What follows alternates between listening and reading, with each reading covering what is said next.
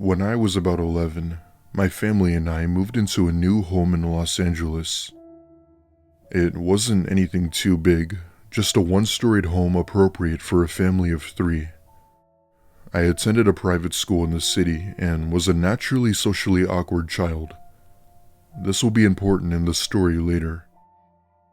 I'd also like to mention that I have autism, meaning it was hard for me to make friends and interact with others. Both my parents were fully aware of this and had made me go through therapy and other medication to help me with it. While it did improve a little bit, I still had some challenges I had to deal with. Anyway, we had moved to Cali as my dad had other work there with a higher salary. This meant that he'd most of the time be working and not at the house.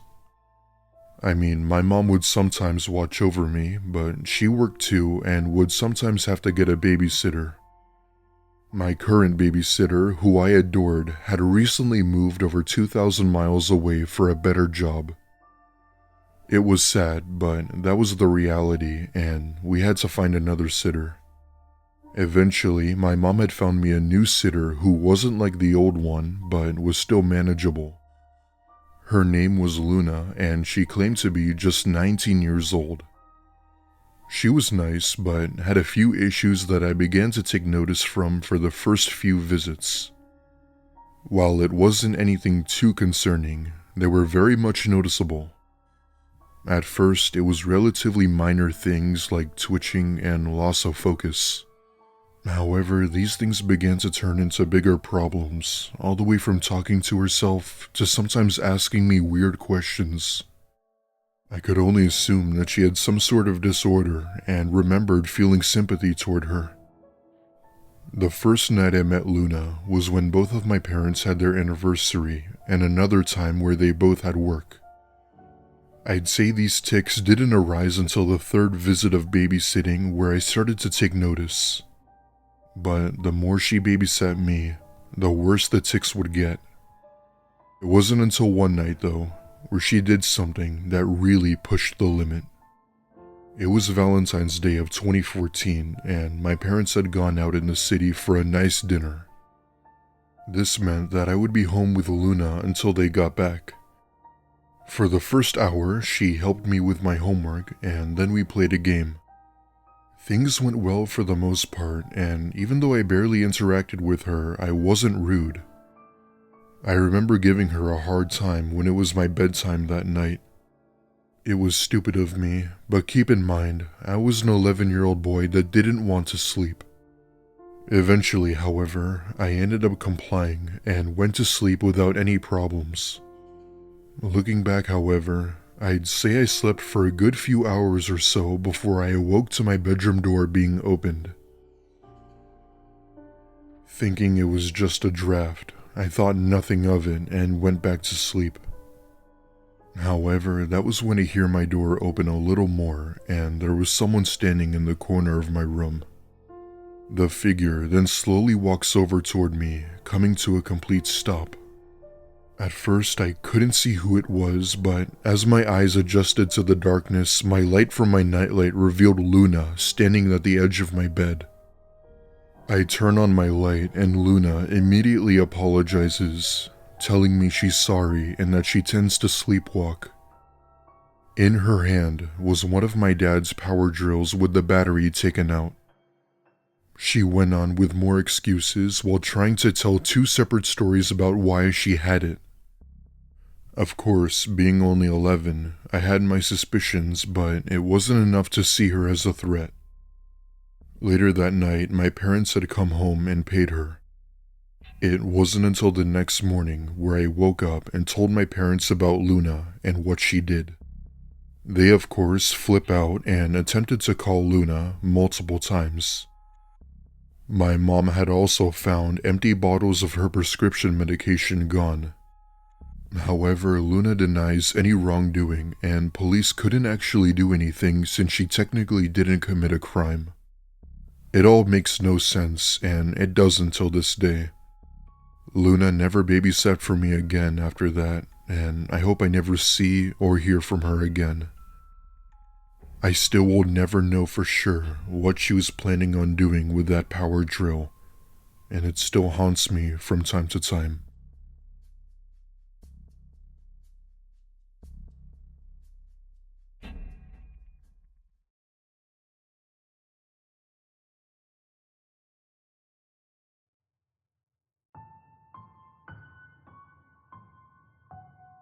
This is a story that happened to me when I was around 24 years old. I recently moved to Boston for an internship to help prepare for my field of study since I had just graduated from school. However, it wasn't a paid internship, and the money I did make was from my disability insurance. This meant that I had to find a job in order to make income. After days of searching for jobs, I finally found one as a part-time babysitter.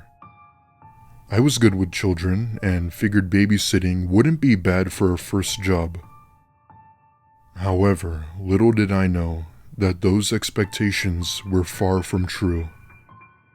Ever since I had moved, I had babysat for a while now and have dealt with many different kids, but this kid takes the prize. I won't disclose personal information about her, but we'll call her Rachel. Rachel was around 9 and was the small blonde girl who was obsessed with dolls.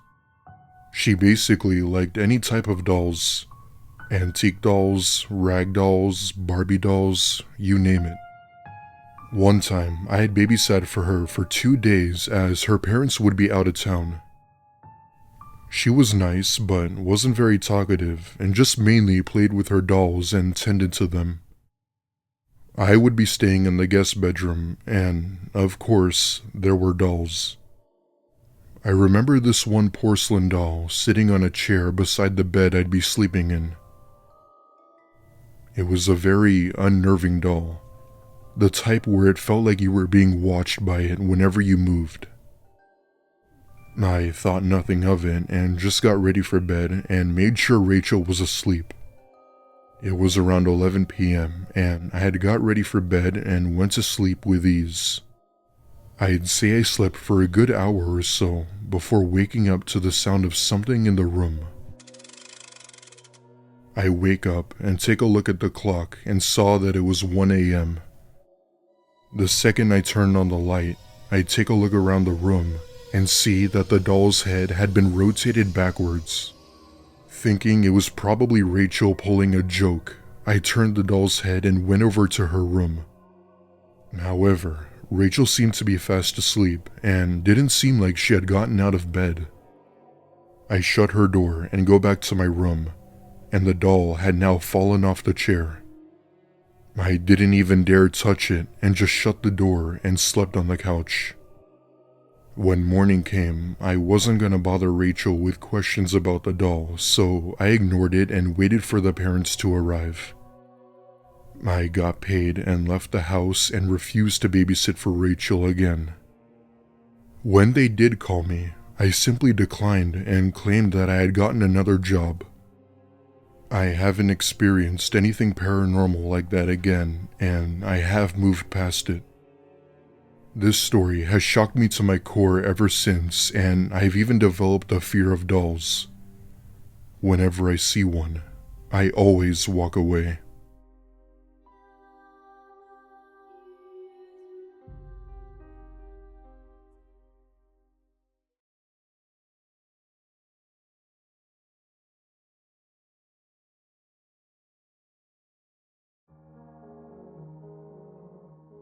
When I was around 7 years old, my family and I moved into an old house. It was a really big house with 4 bedrooms, 6 bathrooms, 2 living rooms, and even had a dumbwaiter. It was at least 80 years old and was in pretty good condition for a house that old. My parents both worked 12-hour shifts at a hospital and would oftentimes have to get a sitter for me. My current babysitter, who I looked up to dearly, had moved away over 2,000 miles to another state to start her career in law. Needless to say, I wasn't doing well because of it. She had been with us for over 6 years and even considered her as family. Anyway, with her now gone, my parents had to look for a new babysitter. We had lived in a town where there weren't many sitters, meaning there was a better chance for them to have low reviews. Thankfully, we had found one who lived in walking distance that had 4-star reviews, which wasn't bad but still convenient. Her name was Sandra, and she seemed really nice. She was 24, attended college, and was apparently really good with kids. We'd play games together, she'd help me with my homework, watch TV, etc. My parents got along well with her, and as the weeks went by with her as my new babysitter, I started to see her a lot like my previous one. While all of this was great for both my parents and I, something happened during a visit that would change my whole perspective of her. It was a Friday night, and my parents were on a weekend trip to the Bahamas for their anniversary, and I was with Sandra. She had bought me some pizza and sat down with me to watch SpongeBob to keep me company. We watched for about an hour or so before she tells me to get ready for bed. Now, I was never the rebellious type of kid, so I complied and went up to bed to go to sleep. I fall asleep almost instantly and probably slept for a good 2 hours or so when I woke up to a steady banging noise. It was pretty loud, especially from my room, and kind of sounded like someone hitting a hammer against a wooden door. I turn on my light and quietly tiptoe down the stairs to the living room where the noise was coming from.